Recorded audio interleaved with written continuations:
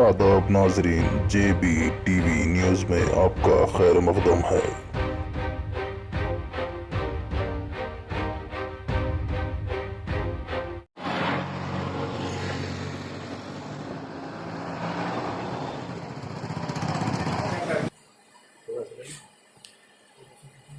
ٹھیک ہے شکیل بھائی، اب میری ادھر آئیے سامنے تھوڑا سامنے آئیے۔ صاحب ایک فوٹو بھی لو، نیوز پیپر میں دینا ہے سیاست فوٹو۔ جی جی فوٹو بھی لو۔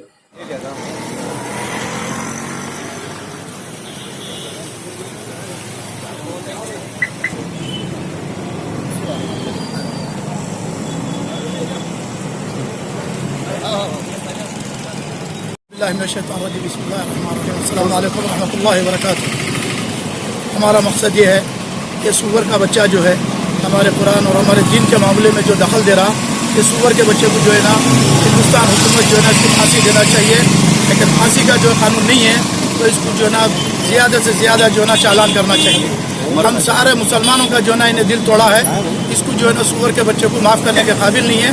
ہم بارکس سلالہ اور جو ہے شہباب کمیٹی کی طرف سے جو ہے نا ہم آئے ہوئے ہیں، ہم جو ہے نا ابھی چندان گٹے میں جو ہے نا کمپلین دیے، انشاءاللہ تعالی ہم کو جو ہے نا انڈین گورنمنٹ سے جو ہے نا بہت بھروسہ ہے اور یقین ہے اس کو جلد سے جلد سزا دیں گے، اور اللہ تعالیٰ جو ہے نا اس کو جو ہے نا ہمارے جوتیوں کے نیچے رکھیں گے انشاءاللہ تعالی۔ السلام علیکم ورحمۃ اللہ۔ من الشیطان الرجیم، بسم اللہ الرحمن الرحیم۔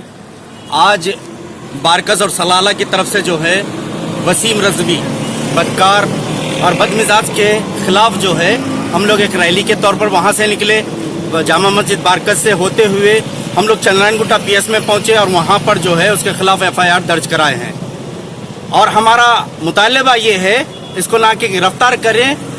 اگر یہ بہت بڑی بات ہے کیونکہ 30 کروڑ مسلمانوں کی بات ہے ہندوستان کے، اور ان کی دل آزاری کی بات ہے، یہ ہمیشہ مسلسل دل آزاری کرتا ہوا مسلمانوں کی آ رہا ہے۔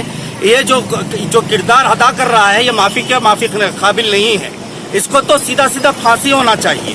اگر یہ حکومت جمہوریت حکومت کے اوپر یقین رکھتی ہیں جو بیٹی ہیں تو اس کو گرفتار کر کے ساتھ ساتھ یا عمر قید یا تو پھانسی کی سزا ہونی چاہیے، کیونکہ یہ خارج اسلام ہے۔ اور ہمارا مطالبہ یہ ہے نوجوانوں کا، کیونکہ میرے ایک آواز کے اوپر واٹس ایپ میں کل ڈالا تھا، ماشاءاللہ ہمارے بابے بہمے صاحب اور ویلفیئر ایسوسیشن سلالہ ساری صاحب، مبارک ساری صاحب، اور جو ہے بارکس کے اپنے ویلفیئر والے اور پورے نوجوان سارے، کسی بھی پارٹی سے تعلق نہیں ہے، صرف ہمارا تعلق اسلام سے ہم آئے ہیں۔ ہمارا مطالبہ یہ ہے کہ اس کے خلاف آواز اٹھانا ہے، ہمارا مقصد کہ بھئی کوئی دوسرے اس کی زبان استعمال نہ کر سکے، یہ کسی اوروں کو بھی جو ہے زبان دے رہا ہے۔ نام اپنا کہہ رہا ہے کہ میں اسلامی ہوں، لیکن کردار اس کے جو ہے حرامی ہے اور شیطانی کردار اس کا ادا کر رہا ہے۔ یہ کس کی امامت کر رہا ہے سارا ہندوستان نہیں، ساری دنیا جانتی ہے۔ ہمارا مقصد ایک ہی ہے، مطالبہ ایک ہے کہ بھئی کورٹ سے بھی ہے اور ہمارا ہندوستان سے بھی مطالبہ یہ ہے کہ اس کو سخت سے سزا دی جائے۔ شکریہ۔ آج بارکس کے نوجوانوں کے ساتھ تحریک مسلم شبان اور جوائنٹ ایکشن کمیٹی کی طرف سے چندرائن گٹا پولیس اسٹیشن میں قرآن کے تعلق سے جو بات کہی گئی ہے، میں اس بدبخت کا نام نہیں لینا چاہوں گا، سبھی جانتے ہیں۔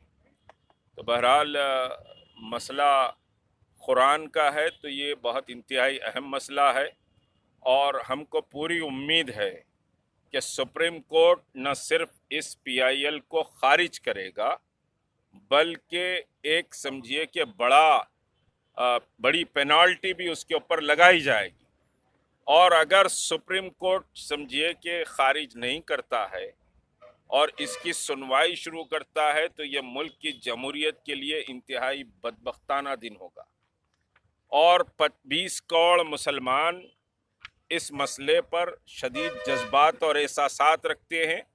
یہ قرآن کا مسئلہ ہے، جہاں تک کہ قرآن کا اور رسول کریم صلی اللہ علیہ وسلم کا کوئی مسئلہ ہوتا ہے وہ ہمارے جان اور ہمارے مال سے زیادہ بڑھ کر اہمیت کا حامل ہوتا ہے، تو ہم اس مسئلے پر کسی کی پرواہ نہیں کریں گے۔ بہرحال ہمیں امید ہے کہ ملک کا دستور اور ملک کے قانون کے حساب سے اس پی آئی ایل کو نہ صرف خارج کیا جائے گا بلکہ بڑا جرمانہ بھی لگایا جائے گا۔ آج سے 80s میں